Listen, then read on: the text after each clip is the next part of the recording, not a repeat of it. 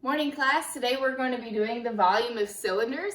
Before we get started, I do have a few announcements though. I did not realize that we have school on Monday, so I'm going to push our test back. It was originally supposed to be on Friday, but instead, so today we're going to do lesson 10.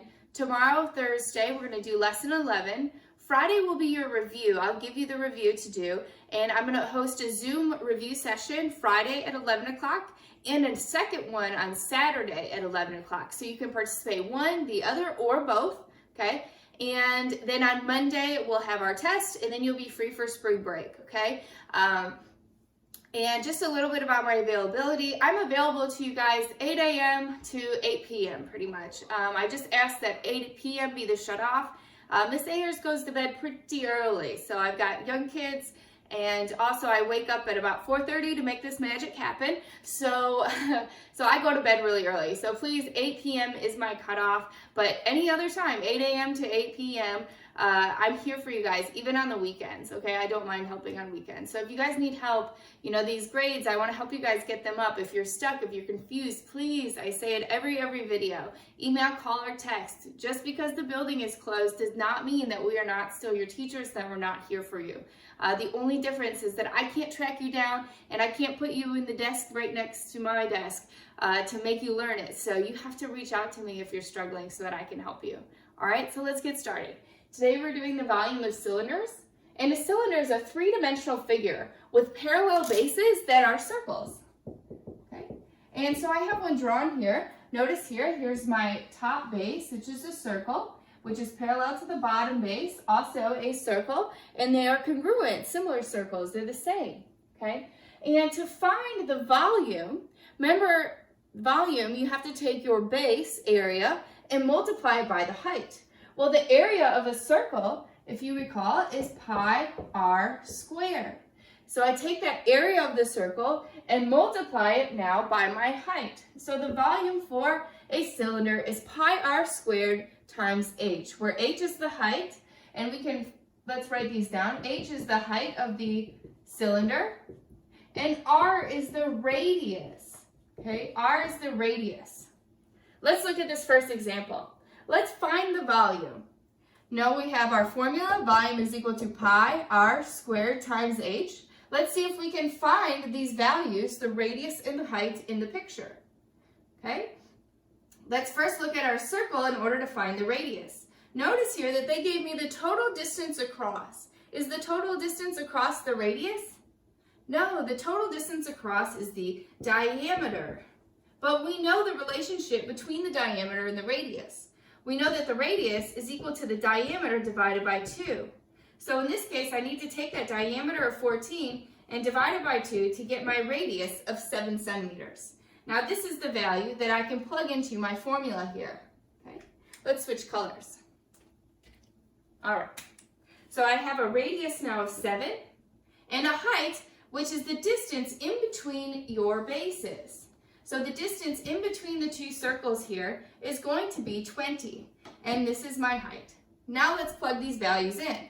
So I have the volume is equal to pi times the radius of 7 squared times your height, which is 20. Remember your order of operations. You need to evaluate the exponents first. This is 7 times 7, not 7 times 2, so be very, very careful. Remember your exponent laws.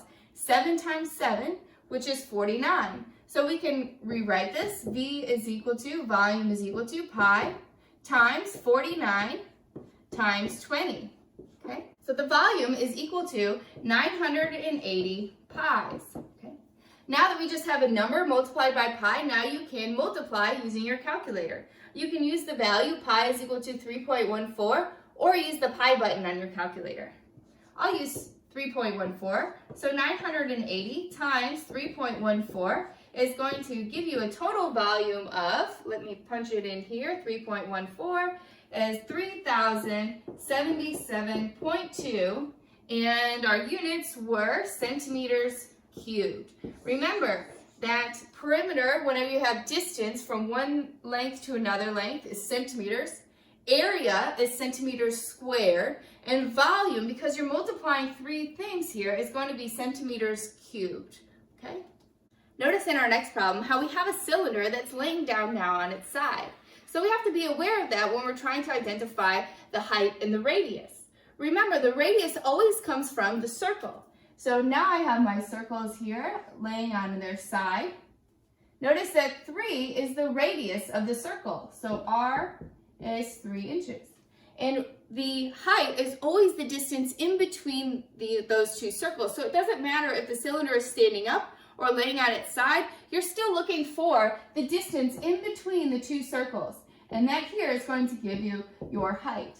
Now I have the pieces of the puzzle to plug into my volume formula here. So the volume is equal to pi r squared times h. Plug in these values. This is equal to pi times r, which was 3 squared, times your height of 12. And so 3 squared is 3 times 3, which is 9. So now I have pi times 9 times 12. 9 times 12 is 108. So I have 108 pi's, which I can then now type into my calculator, 108 times 3.14, or the pi button, and you'll get a total volume of 339 12/100ths, and I believe this is inches cubed. It'd be your volume of this cylinder. The next problem is a little bit different. This time it gives us the volume. The volume of the cylinder is 618 meters cubed. Now I want to find the height if the radius is 4 meters. So to evaluate this, let's first start with our formula. The volume is equal to pi r squared h. And whenever we're given a formula, we have values that we know, we want to plug those in. So it told us that the volume is 618. V is volume, so let's plug in here 618. Is equal to, well, pi is just the number pi, and r stands for the radius, which it gave us as 4 meters. So 4 squared times h. Now I know all these pieces of the puzzle except for h. So what I need to do now is solve this equation using inverse operations in order to find h, which is the height of the cylinder. Start first with your exponents. 4 squared, 4 times 4 is 16. So 618 is equal to pi times 16 h. Now remember, pi times 16 is just a number. So if you're multiplying pi times 16 times h, the opposite of multiplication will be to divide. So I can divide both sides by pi times 16 in order to remove that. And whatever you do to the one side of the equal sign, you must also do to the other side of the equal sign, okay? Now you have a simple division problem which you can use in your calculator. So the height is going to be equal to, and this is how you should type it in, 618 divided by, and then you want to put in parentheses, pi times 16. Pi times 16, end your parentheses. Then hit enter. You should come up with a height that is equal to 12.3 meters.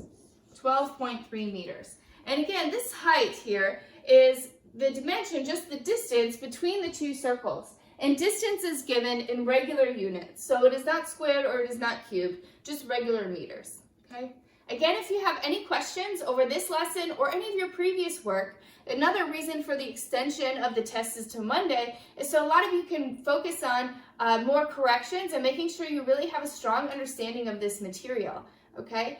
So if you need help, please reach out to me. Email, call, or text. I am here for you. So let me know if you need help. Bye.